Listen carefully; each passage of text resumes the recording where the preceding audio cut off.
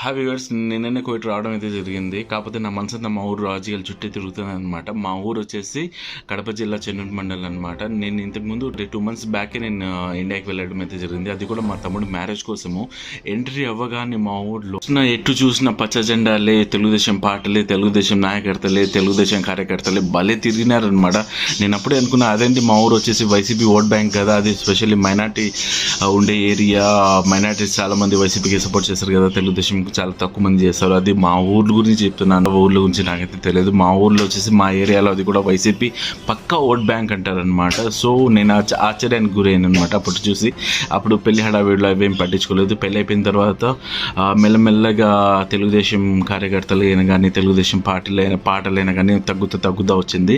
మళ్ళీ ఇది వైసీపీ వచ్చేసి కొంచెం పూనకం వచ్చినట్టు, అది చేప కింద నీరులా అంటారు కదా, అలా పాకిందనమాట. ఇప్పుడు మొత్తం అసలు ఎలా ఉందంటే, మా ఊర్లో చెన్నూరులో తెలుగుదేశం గురించి ఎవరైనా మాట్లాడరా అంటే మైక్ పెట్టారనుకో, అబ్బాయి జై వైసీపీ, జై వైసీపీ, ఒక్కరు మాట్లాడేవాళ్ళు లేరే.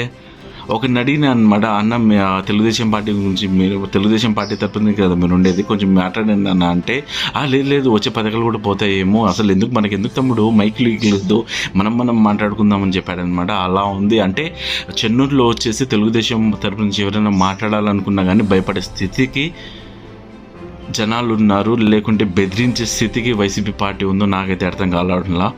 మా చెన్నూరు మండలంలో వైసీపీ గురించి వ్యతిరేకంగా మాట్లాడాలంటే, అంటే మైక్ ముందర మాట్లాడాలంటే చాలామంది భయపడుతున్నారు అనమాట. ఎందుకంటే వచ్చే పథకాలు పోతాయేమో తమ్ముడు, నువ్వు మైక్ ఆఫ్ చేయి, నేను చాలా మాట్లాడతా అని చెప్తున్నారు అనమాట. అంటే ముందు ఎందుకు మాట్లాడవన్నా, మామూలుగా నార్మల్గా మాట్లాడేటప్పుడే మాట్లాడచ్చు కదా అంటే, ఎందుకు బాబు అనవసరంగా పథకాలు పోతాయని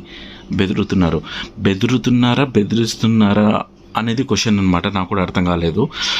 కాకపోతే రాను తెలుగుదేశం చెన్నూరు మీద పట్టు కోల్పొందుతుందని కూడా చెప్పగలను. ఎందుకంటే గమనించిందంటే, నేను స్టార్టింగ్ 2 months బ్యాక్ వచ్చా కదా, అప్పుడైతే తెలుగుదేశం హవా, ఎటు చూసినా తెలుగుదేశం అనేవాళ్ళు. ఇప్పుడు నేను 2 months తర్వాత నా ఎక్స్పీరియన్స్ గురించి చెప్పేది ఏంటంటే, తెలుగుదేశం పార్టీ కార్యకర్తలు వచ్చేసి ఎలా ఉన్నాడు తెలుసా, ముందు హడావిడి చేసేస్తారు, బెడ మాదే రాజ్యం, మాదే ఇది అయితే. ఎన్నికలు ఎలా అయితే దగ్గర పడతాయో, ఎలక్షన్లు దగ్గర అయ్యకూడదు, చెన్నూరులో కోల్పోతున్న తెలుగుదేశం పార్టీ అని ఖచ్చితంగా హెడ్లైన్ అయితే చెప్పగలను. ఎందుకంటే ఎలక్షన్లు ఎలా అయితే దగ్గర పడుతున్నాయో, ఎలక్షన్లో డేట్లు ఎలా అయితే దగ్గర పడుతుందో, అలానే వాళ్ళ తెలుగుదేశం కార్యకర్తలైనా కావచ్చు, తెలుగుదేశం నాయకులైనా కావచ్చు, వాళ్ళ ఏమంటారంటే దాన్ని వదిలేస్తున్నారు అనమాట.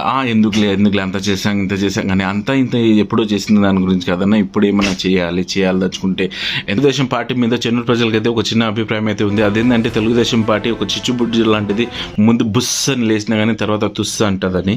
ఏదేమైనా కానీ ఈసారి మటుకు కానీ ఎవరేమనుకున్నా కానీ, ఈసారి చెన్నూరు మండలంలో ఎవరైతే ఈ యువతకు పెద్దపీట వేస్తారో, ఎవరైతే చెన్నూరు యువతకు భవిష్యత్తు మార్గం చూపిస్తారో, ఎవరైతే కొత్త రక్తాన్ని ప్రోత్సహిస్తారో వాళ్ళని గెలిపించుకుంటామంటున్నా చెన్నూరు యువత. ఇలాంటి మరిన్ని వీడియోస్ కోసం నా ఛానల్ని సబ్స్క్రైబ్ చేయండి, లైక్ చేయండి, సపోర్ట్ చేయండి. మీ అమూల్యమైన ఏమైనా ఉంటే కామెంట్ చేయండి.